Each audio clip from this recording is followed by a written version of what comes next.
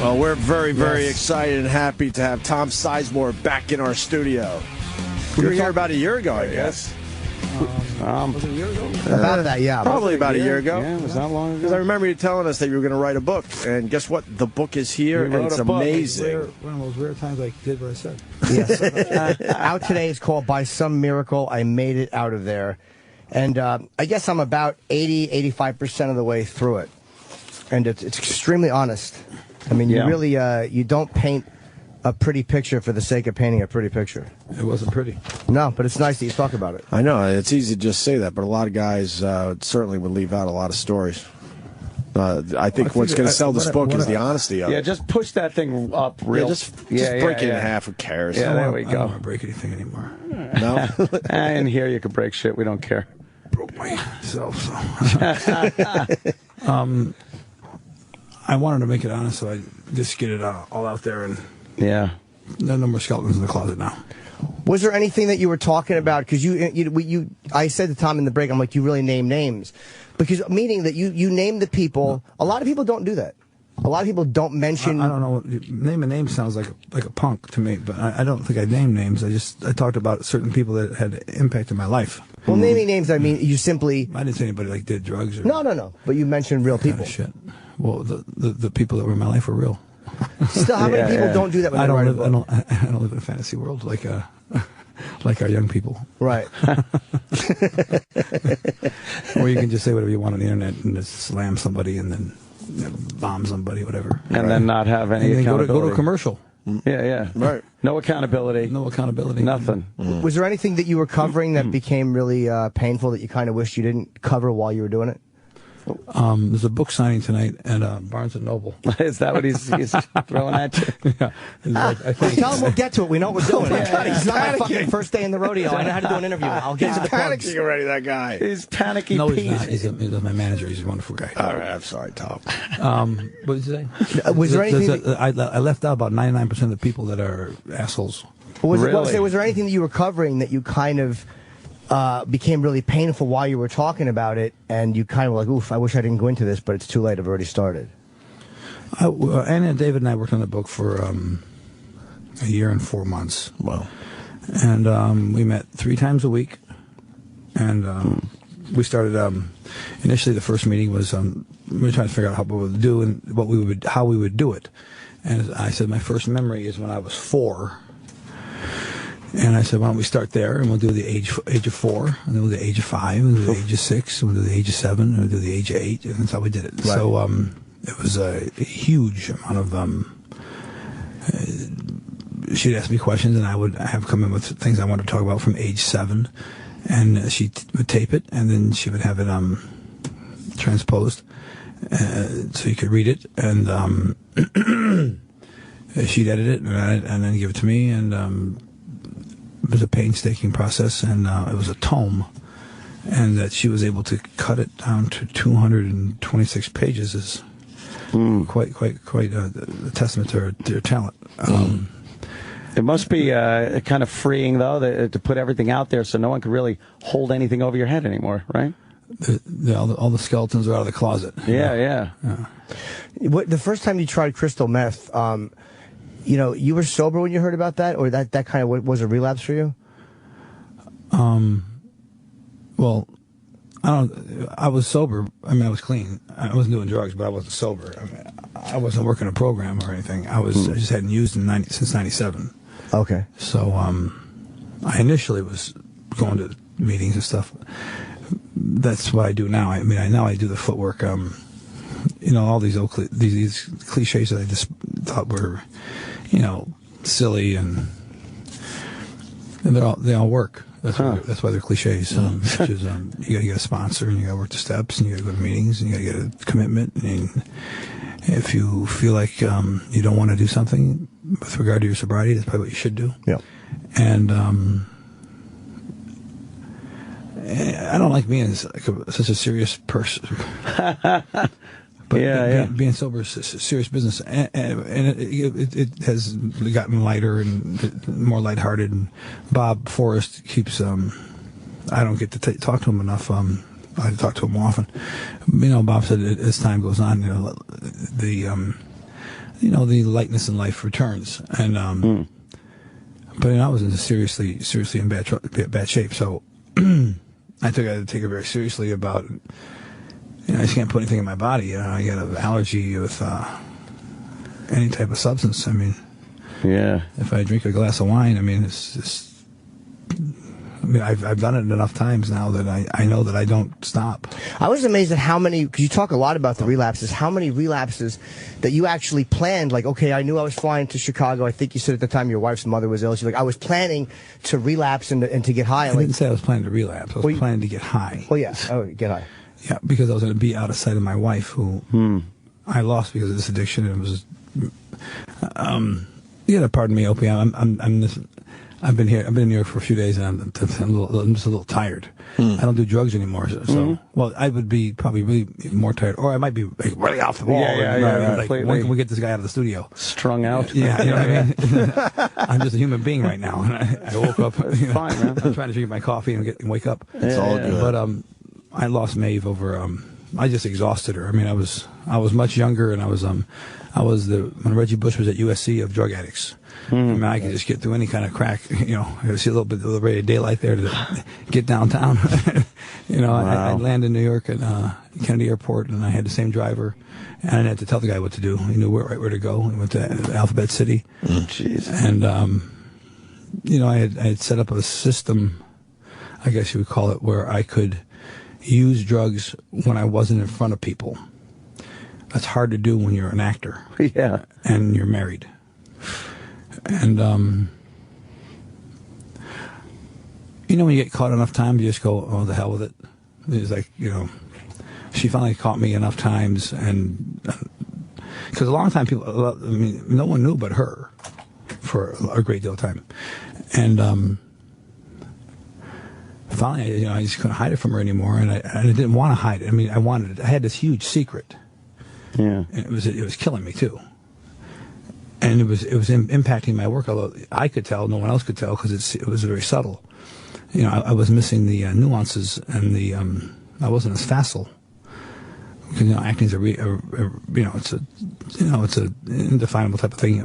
But the one thing that does happen is that you do something, then I do something, and right. what you do predicates what I do is predicated upon what you do. And if I'm not able to really see what you're doing, or to watch it, and see the nuances in what you might be doing, and I miss it, then the scene starts to, doesn't feel right. And trust me, when I tell you, the couple actors I worked with pulled me aside and said, what's wrong with you? You didn't see that? Wow. I know it was very subtle what I did, but and people thought I was a very good actor. And I would say the same thing all the time. I'm tired. Right. I'm sorry. I won't miss it again. And it didn't happen often. I didn't use that much at work. But if you've ever used drugs, I mean, one of the times you're at your worst is when you don't have the drugs the first couple weeks after you've had a long run. You're in withdrawal, regardless of what the drug is, and you're just not hitting on all cylinders. And I'm almost 4 years sober now, and I don't really think I'm hitting on all cylinders yet. I'm markedly better. I'd say I'm 80%, 85% better. Are there actors that you had worked with that have completely won't talk to you or work with you anymore? Have you burnt bridges to that point? No. Okay. Well, yeah, maybe. No, baby?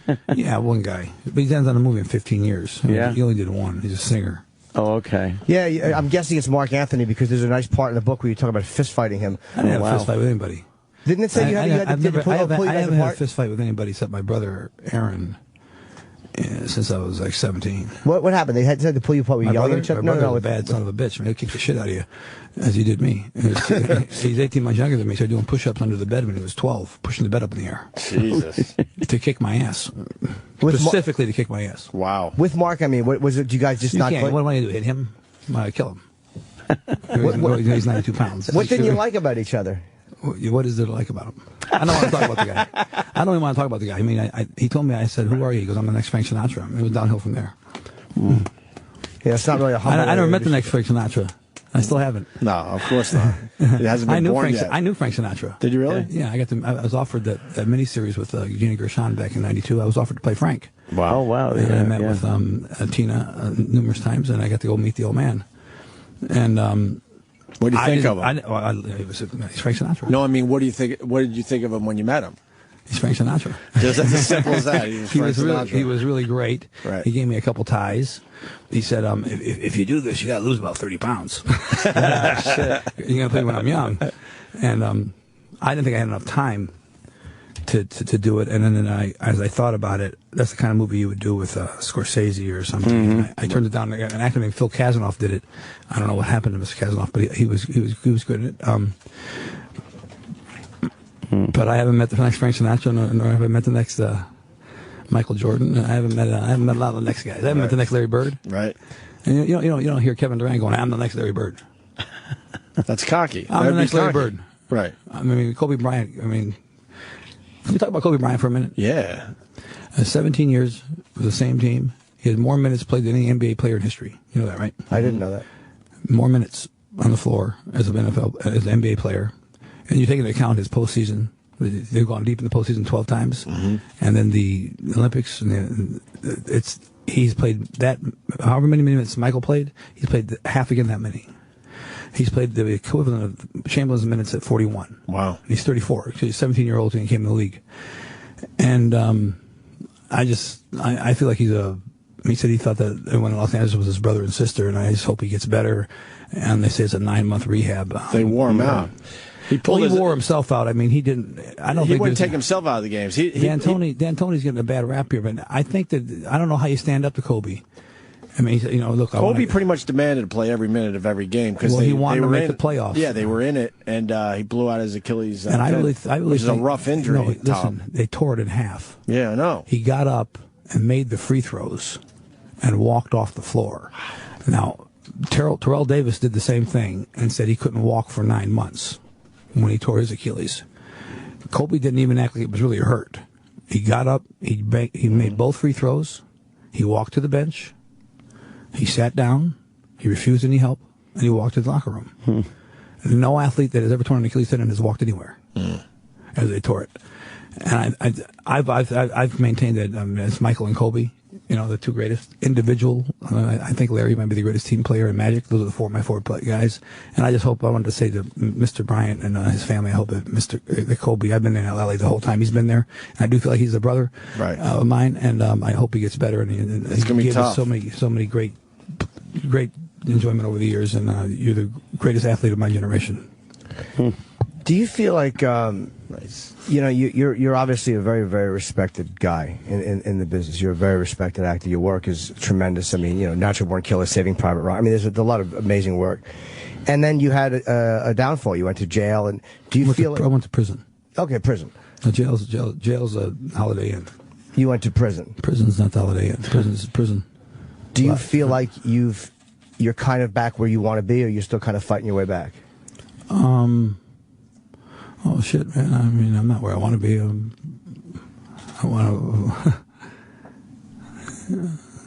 I lost 8 years. Getting them back. That's just a fact. I've had to do over again. Of course, I wouldn't have done these things. I was really hitting my stride there with my work, but once I started to do well, I was incredibly uncomfortable doing well, and I can only. I'm just guessing. I'm no doctor, but the story's not about it. This isn't a book about addiction. This is a story about a guy, me, who was from modest beginnings, who had a dream about being an actor, and against all odds became one, and then was working with the greatest people on earth. The only guy I ever had on my wall was Pete Maravich and Robert De Niro. And this guy becomes my closest friend for some time, and took part in an intervention. When I let me finish. Don't be Howard to me. I can't finish with Howard. He won't let you finish. I love him, but he won't let you finish. I wasn't trying to not let you finish. I was just. Don't be mad at me. I'm not mad at you. Go ahead. Yeah, you're a little mad at me. You're a little irritated. Yeah. Yeah, I know. I can tell. Good. It's okay. It's okay. That I got what I wanted, and then I destroyed it. I worked my ass off to get it, and then I ruined it. Mm-hmm. It's all I ever wanted to be was an actor. Once I just started to do it. Any idea why? I was uncomfortable with it. I was uncomfortable being successful. I wasn't ready for it. And I always felt like when I initially started to do well, that someone was going to come over and go, hey, go home. You're full of shit. You're full of shit. Go home. And I don't know why I felt like that, because I wasn't full of shit. I mean, I wasn't, it's just, I'm sure everyone here has been around people that they admired and stuff, and then, felt a certain kind of nervousness. But I didn't have a certainty about myself that I wish I'd had. So, sorry, I didn't mean to interrupt you. No, I didn't, Where does the uncertainty come from? Your upbringing, Tom? Can you trace it back to something, or? Yeah, I don't. It's really easy to blame your parents, but I'm going to blame them anyway. No, I'm kidding. I think in the end we all blame our parents. And it's really easy to blame your dad when he leaves your mother. I'm going to blame the shit out of him. Well, my father, nothing was good enough. I mean, he went to Harvard, and oh wow. A lot of guys go to Harvard and things are good enough. I mean, I'm a father, and I just want my kids to do the best they can do, and that's great. Yeah. I would do algebra story. I remember doing story problems, and he would be over me, and I'd be crying. And he would say, "Are you the dumbest son of a bitch on earth? You don't know what the fucking answer is, you fucking idiot." Now, that is no way to talk to a child. That's not no way to talk to a kid in ninth grade who's in honors algebra. When I said, I'm not ready for honors algebra, I don't want to be in honors algebra, I don't know how to do this. I mean, I got an A in math last year, but I mean, I didn't do, it was hard, I didn't like it. I don't really get it. And he would do it anyway. And there was no discussion with him. It's like this, and that's it. You couldn't go, hey, Dad, no, you get your ass kicked for that. Not ass kicked, you didn't do it. You just, I knew it from early age. You just didn't take him to task about a goddamn thing. You didn't ever as a question is, what is this? He was the authority figure, and what he said was the way it was, and that was it. I was in the middle of the first, by Thanksgiving, my algebra teacher had called my mother and father and said, he's way behind. He's getting a C. He's going down to a D. We got to put him back into regular algebra. And I was punished for that, and just with his looks for like a year. And he said, "You humiliated me." I don't know, how did I humiliate you? I mean, I just didn't know how to do it. I don't like math. I mean, and I liked, certain things I liked. And when I wanted to become an actor, he called me Steve, because I didn't know what he meant. He called me Steve McQueen. Oh, Steve McQueen, yeah. Hey, Steve, where's your car? Well, maybe that's part of it. Oh, so he didn't support your line of work. My desire to be an actor was not met with any enthusiasm at all by anybody. No. Wow. So I don't think many parents, I mean, if my kids wanted to be actors, I would be hard-pressed to go, that's a great idea. Being an actor is just a really easy thing to do. You can make a great living at it, and you meet wonderful people. You meet a lot of nice people, but it's not an easy thing to do, and it's very hard to be successful at it, and it's hard to sustain a career. I mean, how many actors do we know that just aren't doing well right now, that didn't do anything like I did, and are having trouble getting work? Yeah. It's just not a consistent way to make a living. But I would support them. Okay, that's what I was going to ask you. You would at least support them, but you would lay it out like, look, it's not as easy as you think it would be. I'd lay it out there like this. Here, this is what the probability of you. I don't want to dissuade you from it, but here's what, from being an actor, this is what you're going to look. This is what it looks like. Now, knowing this now, you make up your mind. Now, they couldn't do that for me because they didn't know. They just thought, my dad would look at the TV and go, "You think you're going to be on this TV? Are you the biggest asshole that ever lived? Jesus, you're an idiot. You're a moron. This is Spartacus. You're going to be in Spartacus?" And I go, "Well, I'm not going to be in Spartacus. They made it already." "Okay, you're going to be in the next Spartacus." You just got to leave the room. Tom, so the question is this. How did he feel when you made it? Was he around? Yeah, he was happy I made it. Listen, he was a mixed bag. My dad was my hero. I loved him. He was the things I'm talking about here were those little glitches that would happen when big decisions had to be made. By and large, my father was a wonderful father and a loving father. He was my hero and my idol, and I loved him. He was a great teacher and a great person, and a loving father, and he loved the hell out of his kids. But with regard to like our futures, and what we were going to do and be, and he had a lot of opinions about it. That always weren't the most what's the word I'm looking for? When someone's don't ask me. Optimistic. When someone's trying to, give you a little boost, encouraging. Yes. He wasn't the most encouraging at times about what you might want to do. Right. Well, what was his career path? Obviously, he was into math. My dad? Was he a math guy? Why was he pushing math? No, he was a lawyer, but he was very good at math. But yeah, he pushed math on you, so I assume he had some kind of passion for that. He was in education. Gotcha. It was in education. Okay. We got to plug the book properly too. You can see Tom tonight at the Tribeca Barnes and Noble, 6 o'clock. It's 97 Warren Street here in New York. He will be signing this book, so you can go in and say hello to Tom and get a copy of the book. It really is a great book. It's called By Some Miracle, I Made It Out of Here. I'm sorry, I made it out of there. I'm sorry. What? Are you going to do the next fake dog shit with me? I might, yeah. It just depends on schedule. If I can, I will. Yeah, I'll tweet that out as well. Coming up, we got Ricky Gervais coming in. Yeah, he's right outside the studio. Ricky out there? Do you know Ricky Gervais? Oh, cool. Is he a singer? No, he's a great comic actor. Oh, I know who he is. Genius. I know who he is. Yes, I know who he is. Great guy. So the book, you can see Tom. Check him out tonight. I mean, if you're in the city, go down to the Tribeca Barnes and Noble and buy a copy of this book. It's out today, and it truly is a great read. It's the first book I've read in a long time where the backstory of the family kept me very, very interested.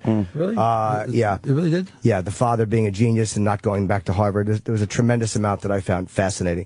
So, thank you very much. I recommend this book highly. Absolutely. I got to piss. Yeah, we got to take a quick Tom break. Sizemore, very talented, Tom, thanks, man. gifted guy. Thank you very much. Appreciate it. Bye. The Opie and Anthony Show.